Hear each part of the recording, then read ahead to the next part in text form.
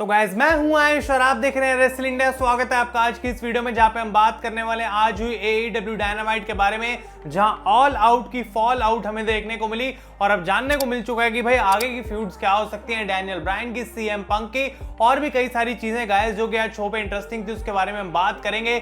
लेकिन उससे पहले भाई माय थॉट्स को आउट टू ट्रिपल एच, जिनके बारे में कल न्यूज आई रात को कि भाई ऑब्वियसली उनको लास्ट वीक एक ऐसी सर्जरी के थ्रू जाना पड़ा जो उनको एक प्रॉब्लम हो गई थी due to a heart issue, और ये आउट ऑफ नोवेयर न्यूज आ गई भाई ट्रिपल एच के बारे में। तो डेफिनेटली मैं कहना चाहता हूं कि होपफुली ट्रिपल एच रिकवर कर जाएं जल्दी से जल्दी, क्योंकि ऐसी न्यूज जब भी आती है भाई फर्क नहीं पड़ता कि आप क्या फैन है क्या नहीं है, it is definitely very saddening. और उनको एक सर्जरी के थ्रू जाना पड़ा, एक ऑपरेशन करवाना पड़ा क्योंकि उनको हार्ट का कुछ इशू था, और एक काफी सीरियस मैटर है, काफी सैड न्यूज रात को कल आई। और गाइस डेफिनेटली आई वांट कि ट्रिपल एच जल्दी से सही हो जाए, इतना सारा काम है भाई, उनकी इतनी बड़ी पोजीशन है WWE के अंदर, भला उसको कौन संभालेगा। So he should be very well and he should be fine. I hope all the best to Triple H. तो भाई बात करते हैं यहाँ पे डायनामाइट के बारे में। तो सबसे पहला मैच जो आज शो पे देखने को मिला वो था मैलाकाई ब्लैक अगेंस्ट जस्टिन रोड्स, और ऑब्वियसली हम जानते हैं कि एक एक करके नाइटमेयर फैमिली के सारे मेंबर्स जो हैं उनको टारगेट कर रहे हैं यहाँ पे मैलाकाई ब्लैक। इन दोनों के बीच में आज अच्छा मैच हमें देखने को मिला,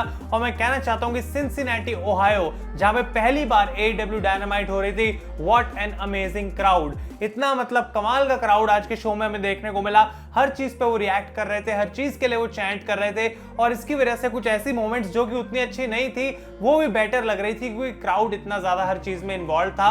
और गाइस यहाँ पे इस मैच के अंदर बहुत सारी चैंट्स हो रही थी। एक बार फिर से लोग डस्टिन को सपोर्ट कर रहे थे, मैलाकाई ब्लैक को भी सपोर्ट कर रहे थे, लेकिन हम जानते हैं कि यहाँ पे किसकी विक्ट्री होने वाली थी, और ऑब्वियसली मैलाकाई ब्लैक ने डस्टिन रोड्स को हरा दिया है। मैच के बीच में कोडी रोड्स का जूता निकाल के ले आता है मैलाकाई ब्लैक, जो कि ऑब्वियसली कोडी ने निकाल के रिंग में रख दिया था जब वो रिटायरमेंट टीज कर रहे थे गाइस, लेकिन हम जानते हैं उस पॉइंट में मैलाकाई ब्लैक ने उनको अटैक भी कर दिया था। और कोडी रोड्स के रिटर्न के बारे में हम बात कर रहे थे एक दो दिन पहले, और ऑफिशियली आज AEW ने अनाउंस कर दिया है कि सितंबर 22 को जो गाइस न्यूयॉर्क के अंदर होने वाली है डायनामाइट, वहां कोडी का रिटर्न होगा और मैच भी होगा अगेंस्ट मैलाकाई ब्लैक। तो भाई जिस मैच से वो बाहर गए थे वापसी उसी मैच से करने वाले हैं, and I think it is time about revenge for Cody Rhodes, और ऑब्वियसली गाइस वो चीज ऑफिशियली अनाउंस कर दी गई है। इसके बाद CM पंक आ जाते हैं रिंग के अंदर, और वो बहुत खुश लग रहे थे, लोग बहुत खुश लग रहे थे, बहुत ज्यादा चीयर हो रही थी एक बार फिर से, और पंक आगे थैंक यू बोलते हैं डार्बी एलिन को, स्टिंग को और लोगों को जिन्होंने सपोर्ट करा CM पंक को उनके पहले मैच में आफ्टर 7 इयर्स। वो कहते हैं भाई मुझे नहीं लग रहा था कि मैं ऐसे परफॉर्म कर पाऊंगा, लेकिन सभी के सपोर्ट की वजह से वो पॉसिबल हो पाया। इसके बाद वो रिंग साइड बैठी आंट लिंडा को पॉइंट करके कहते हैं कि डेफिनेटली भाई मैं तुम्हें बहुत ज्यादा पसंद करता हूं। और गाइस ये वो विमेन है जिन्होंने ब्रायन पिलमैन जूनियर को रेस करा था उनके बचपन में, क्योंकि उनकी मदर जो है वो दूर हो गई थी उनसे, और ऑब्वियसली हम जानते हैं कि ब्रायन पिलमैन की डेथ भी हो गई थी, तो इसकी वजह से वो लेडी जो है काफी इंपॉर्टेंट रोल प्ले करती है यहाँ पे ब्रायन पिलमैन जूनियर की लाइफ में। लेकिन इसके बाद यहाँ पे CM पंक कहते हैं कि भाई देखो ऑल आउट के बाद मैंने सबसे पहला फोन अपनी वाइफ को अप्रैल को किया और उसने मुझसे पूछा व्हाट इज नेक्स्ट। तो यहाँ पे CM पंक कहते हैं मैं क्राउड तुमसे ही पूछ लेता हूं what is next for CM पंक, और लोग बहुत सारे अलग अलग नाम की चैंट कर रहे थे, जॉन मॉक्सली की चैंट हो रही थी, और अपने इस पूरे प्रोमो में CM पंक ने गाइस इस डायनामाइट के शो को यहाँ पे जो है वो हाइप भी करा, जैसे कि सुजुकी अगेंस्ट मॉक्सली, और ऑब्वियसली मॉक्सली के होम टाउन में शो था तो वो बहुत हाइप था। उसके बाद Ruby Soho, Adam Cole, Bryan Danielson, इन तीनों के डेब्यूज के बारे में वो बात कर रहे थे, लेकिन जैसे ही क्राउड ये सारे नाम चैंट करता है, टैज जो कमेंट्री पे बैठे होते हैं माइक लेके बोलना स्टार्ट कर देते हैं कि पंक अच्छा यही रहेगा कि तुम टीम टैज का जो नाम है वो अपने मुंह से दूर रखो, इसके बाद कभी लेना मत, क्योंकि तुम्हें बहुत भारी वो चीज पड़ सकती है। CM पंक कहते हैं भाई मैं यहाँ पे हूँ, सारा क्राउड यहाँ पे, और मैंने टीम टैज का दूर दूर तक का नाम भी नहीं लिया, क्या कहना चाह रहे हो तुम। तो यहाँ पे कहते हैं टैज कि भाई मैं अभी की बात नहीं कर रहा, तुम जब से वापस आए हो बहुत सारी इंटरव्यूज करी हैं, हर जगह पे तुम फैले हुए हो, और टीम टैज का बहुत जगह तुमने नाम लिया है, और ये चीज तुम्हारे लिए सही नहीं रहेगी। और साइड में आके यहाँ पे हॉब्स और हुक खड़े हो जाते हैं, और CM पंक कहते हैं देखो भाई टैज मुझे तुम स्टार्क्स दो, मुझे तुम हॉब्स दो, और मुझे तुम हुक दो, एक एक करके मैं सबको मारूंगा। और यहाँ पे वो एग्जैक्टली ये वर्ड्स बोलते हैं कि भाई beat me if you can, survive if I let you. और ये गाइस एक कैच फ्रेज था टैज का जो कि वो अपने करियर में यूज करते थे, तो उसको रेफरेंस कर रहे थे यहाँ पे, और टैज को जो है वो देखते रहना पड़ा यहाँ पे, क्योंकि सीएम पंक ने काफी बड़ा फ्रेज कहीं से भी यूज कर लिया और शायद वो ये चीज एक्सपेक्ट नहीं कर रहे थे। तो कहीं ना कहीं हमको हिंट दिया गया है कि आने वाले टाइम में सीएम पंक टीम टैज के साथ अपना प्रोग्राम करेंगे स्टार्ट और वो उनके साथ फ्यूड कर सकते हैं। अभी स्टोरी लाइन कुछ उतनी भी नहीं है, हमें पता नहीं क्या सीन चलेगा इसके पीछे, लेकिन अभी ब्रायन केज जो है वो भी रिकी स्टार्क्स के साथ फ्यूड कर रहे हैं। तो अभी इंटरेस्टिंग रहेगा कि क्या पहले हॉब्स या फिर हुक के साथ पंक का मैच होगा। और आज इस पूरे शो पे गाइस कई सारे पैटर्न्स हमें देखने को मिले हैं जहां पे किसी वेटरन ने किसी नए टैलेंट को आगे बढ़ने का मौका दिया है। अब मैलेकाई ब्लैक को मैं इतना बड़ा टैलेंट तो नहीं बोलूंगा क्योंकि वो ऑलरेडी बहुत पॉपुलर है AEW में भी, लेकिन सीएम पंक जिस तरीके से अब डार्बी के बाद टीम टैज पे अपनी नजरें बना रहे हैं तो टीम टैज का भी काफी फायदा होगा। और इसके बाद भी एक चीज हमें और ऐसी देखने को मिली जिसने डेफिनेटली इस चीज की तरफ पॉइंट करा, उसके बारे में हम बात करेंगे। लेकिन आपको क्या लगता है सीएम पंक का मैच किसके साथ होना चाहिए? अब डेफिनेटली गाइस मुझे कमेंट्स में बताएं। इसके बाद बैक से जाती है रूबी सोहो, उनकी इंटरव्यू होती है टोनी शेवानी के साथ और यहाँ पे वो बोलती हैं कि मैंने एक ओपन चैलेंज करा है जिसको एक्सेप्ट कर लिया है जेमी हेटर ने।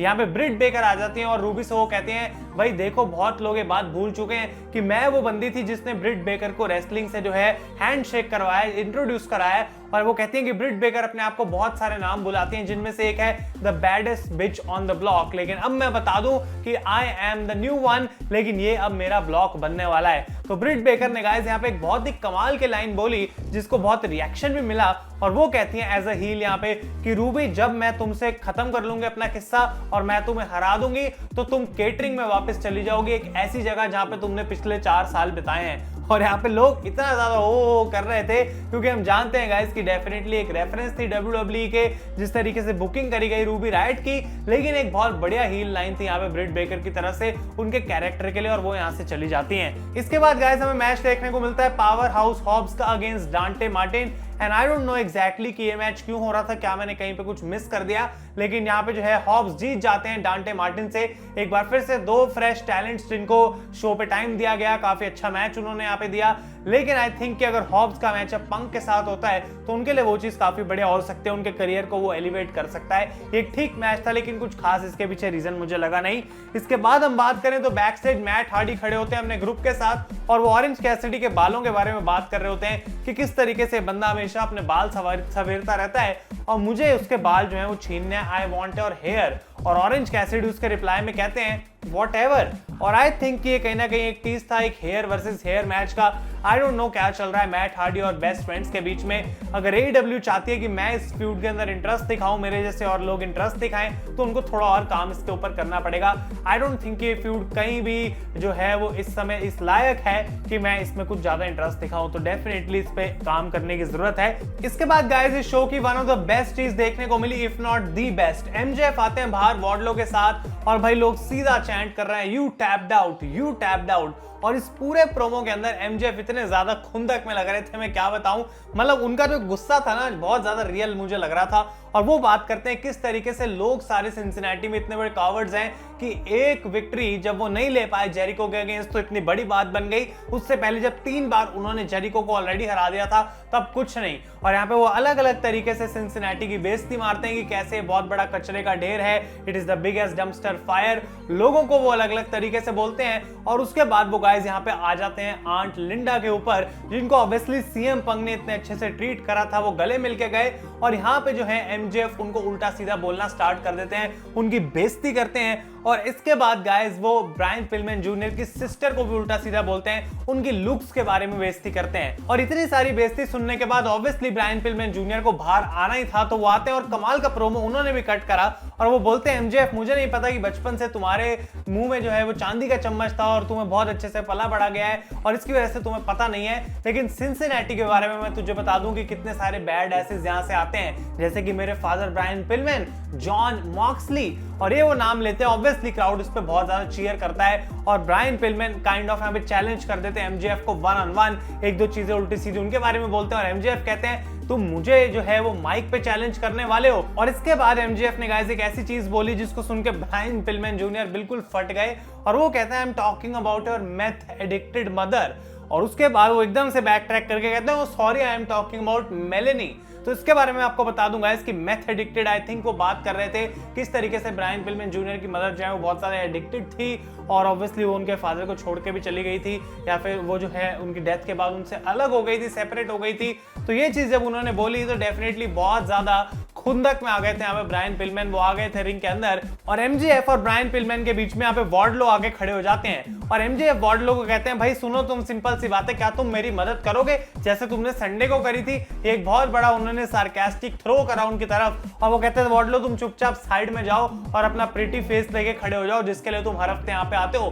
तो इस समय एमजेएफ इतने ज्यादा गुस्से में आ रखे थे कि किसी पे भी वो भड़के जा रहे थे और इसके बाद इन दोनों के बीच में ब्रॉल स्टार्ट होती है, लेकिन एट द एंड फाइनली जो है बचा लेते हैं वार्डलो एमजेएफ को। उसके बाद ग्रिफ गैरिसन आते हैं बाहर, वो अटैक करने की कोशिश करते हैं, वो कुछ नहीं यहाँ पे कर पाते हैं। तो एमजेएफ को काफी स्ट्रांग दिखाया गया। What a promo by MJF, explosive promo by MJF. लेकिन उसके अलावा मैं बात करूं तो एक बार फिर से एक यंग टैलेंट को मौका मिला अपने होम टाउन में आगे बढ़ने का। आई थिंक एक फ्यूड में लीड करना चाहिए। डेफिनेटली ऑलरेडी बहुत ज्यादा काम कर दिया गया है, एक मैच तो एटलीस्ट इनके बीच में होना ही चाहिए। तो एमजेएफ आई थिंक अब फ्यूड करेंगे ब्रायन पिलमैन के साथ और उनका काफी फायदा उससे भी हो सकता है। तो गुड जॉब बाय एईडब्ल्यू मैं यहाँ पे कहना चाहता हूँ। इसके बाद रूबी सोहो का डेब्यू देखने को मिलता है अगेंस्ट जेमी हेटर। इस मैच की मैं सच में बात बताऊं तो कुछ उतना भी खास मुझे लगा नहीं है। आई थिंक अभी भी रूबी सोहो को टाइम लगेगा थोड़ा एडजस्ट होने में। देखते हैं कि क्या वो आने वाले टाइम में और बेटर मैचेस दे पाती हैं। लेकिन वो यहाँ पे जीत जाती है और मैच के बाद ब्रिट बेकर उनको अटैक कर देती हैं। पहले रिहो आती है सेव करने, वो कुछ कर नहीं पाती,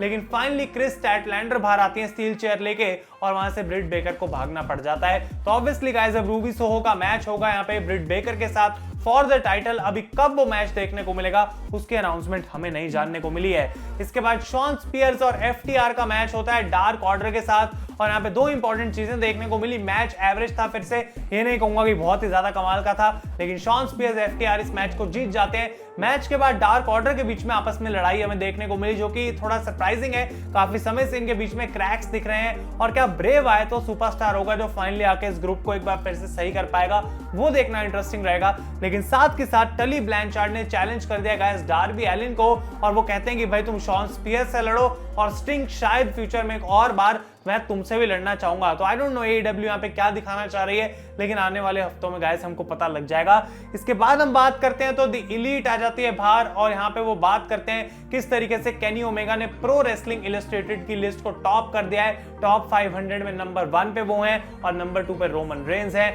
नंबर 3 पे बॉबी लैशली हैं। तो ये लिस्ट ऑफिशियली गाइस आ चुकी है। तो वो एडम कोल को भी कॉल आउट करते हैं, लोग बहुत ज्यादा चीयर करते हैं। कोल आ जाते हैं रिंग में और सबसे पहले टोनी शेवानी को कन्फ्रंट करके कहते हैं भाई मुझे पता है तुम ब्रिट बेकर से बहुत क्लोज हो और अगर तुमने उसको गंदी नजर से देखा तो मैं तुम्हारा चश्मा फोड़ दूंगा और तुम्हें यहाँ से मार के भगाऊंगा, तो अभी इसी समय मेरी रिंग से बाहर हो जाओ। ये बहुत फनी चीज थी जिस तरीके से उन्होंने करा, ये सुन के मजा आया। लेकिन उसके बाद वो आते हैं अपने पॉइंट पे कि कैसे AEW now is the best company in the world. वो कहते हैं कि भाई इस समय Elite is the best faction in the world. Kenny Omega is one of the greatest of all time. जो ग्रेटेस्ट टैग टीम है वो यंग बक्स है and on top of that, all of that, now Adam Cole is all elite baby। तो यहाँ पे वो बात करते हैं कि नेक्स्ट वीक जो है उनका AEW का इन रिंग डेब्यू हमें देखने को मिलेगा और इसके बाद केनी ओमेगा को भी वो माइक देते हैं और केनी ओमेगा बात कर रहे होते हैं किस तरीके से डैनियल ब्रायन ने उनको इंटरप्ट करा और जैसे ही वो ये बोलते हैं एक बार फिर से डैनियल ब्रायन बाहर आ जाते हैं। इनफैक्ट उनको हम ब्रायन डैनियलसन अब बोल सकते हैं। तो यहाँ पे उनका म्यूजिक बजता है और केनी ओमेगा कहते हैं लीड को भाई तुम बाहर जाओ, मुझे जरा इससे फेस टू फेस बात करने दो। और केनी ओमेगा यहाँ पे ब्रायन को पूछते हैं भाई तुम्हें ऐसा क्यों कर रहे हो, तुम्हें कोई करने की जरूरत नहीं है। ब्रायन कहते हैं केनी ओमेगा मैंने तुम्हें एक मैच के लिए चैलेंज कर रहा है, लेकिन मुझे लगता है कि तुम उससे भागोगे क्योंकि तुम मेरे जैसे सेम लेवल पे नहीं हो। तो यहाँ पे इन दोनों के बीच में थोड़ी बहुत बहस होती है गाइस और डैनियल ब्रायन एक लॉक के अंदर डालने की कोशिश करते हैं यहाँ पे ओमेगा को। ऑब्वियसली एलीट सारी भाग के अंदर आ जाती है, उसके बाद जुरासिक एक्सप्रेस यहाँ पे आ जाते हैं और जबकि सारा ग्रुप यहाँ पे एलीट का भाग जाता है, ब्रैंडन कटलर बच जाते हैं और उनको डैनियल ब्रायन गाइस यहाँ पे रनिंग नी लगाते हैं। तो I think officially kind of ऐसा लग रहा है कि डैनियल ब्रायन सीधा केनी ओमेगा को चैलेंज करेंगे फॉर द AEW चैंपियनशिप। और यूजुअली AEW ऐसा करती नहीं है भाई कि वो बिना विन लॉस रिकॉर्ड या किसी और बड़े रीजन की वजह से सीधा एक चैंपियनशिप शॉट दें। तो हो सकता है गाइस कि डैनियल ब्रायन को कुछ मैचेस लड़ने पड़े जिससे पहले वो केनी ओमेगा को चैलेंज कर पाए। तो इंटरेस्टिंग रहेगा देखना। आप किस तरीके से बुकिंग देखना चाहेंगे ओमेगा की, डेफिनेटली मुझे कमेंट्स में बताएं। और फाइनली शो का मेन इवेंट जो कि home town hero John Moxley लड़ रहे थे अगेंस्ट मिनोरू सुजुकी गाइस। यहाँ पे हमें बहुत बढ़िया चीज देखने को मिली, मैच काफी अच्छा था। सुजुकी की एंट्रेंस में होली शिट की चैंट्स हो रही थी क्योंकि लोग इसको एक्सपेक्ट नहीं कर रहे थे। काफी टेक्निकल मैच था, काफी कूल मोमेंट्स देखने को मिले, थोड़ा जापानीज और अमेरिकन मिक्स स्टाइल हमें यहाँ पे देखने को मिला और ऑब्वियसली मॉक्सली इस चीज से बहुत ज्यादा रिलेटेड है, तो यहाँ पे उन्होंने एक अच्छा मैच दिया और हम जानते थे कि होम टाउन हीरो अपने होम टाउन में जीतेगा और जॉन मॉक्सली ने पैराडाइम शिफ्ट लगा के सुजुकी को यहाँ पे हरा दिया। वो लोगों के साथ सेलिब्रेट करते हैं as the show goes off air. तो गाइस ये थी आज की AEW डायनामाइट। ओवरऑल मैं बात करूं तो out of this world show नहीं था, लेकिन कुछ काफी स्ट्रॉन्ग सेगमेंट्स देखने को मिली और आगे के लिए जो स्टोरी लाइंस आने वाली हैं उसके लिए इंटरेस्ट बन रहा है। CM पंक, डैनियल ब्रायन, MJF, जेरिको आज के शो पे नहीं थे, तो क्या उनके साथ हो सकता है? बहुत सारी पॉसिबिलिटीज अभी भी बाकी हैं और ऑब्वियसली कोडी अगेंस्ट मैलेकाई का रीमैच भी अनाउंस कर दिया गया है। आप लोग अपने ओपिनियंस बताएं शो के बारे में और ये वीडियो पसंद आए तो इसे लाइक करें गाइस। तब तक के लिए thank you so much for watching. मैं हूं आयुष और आप देख रहे हैं रेसल इंडिया।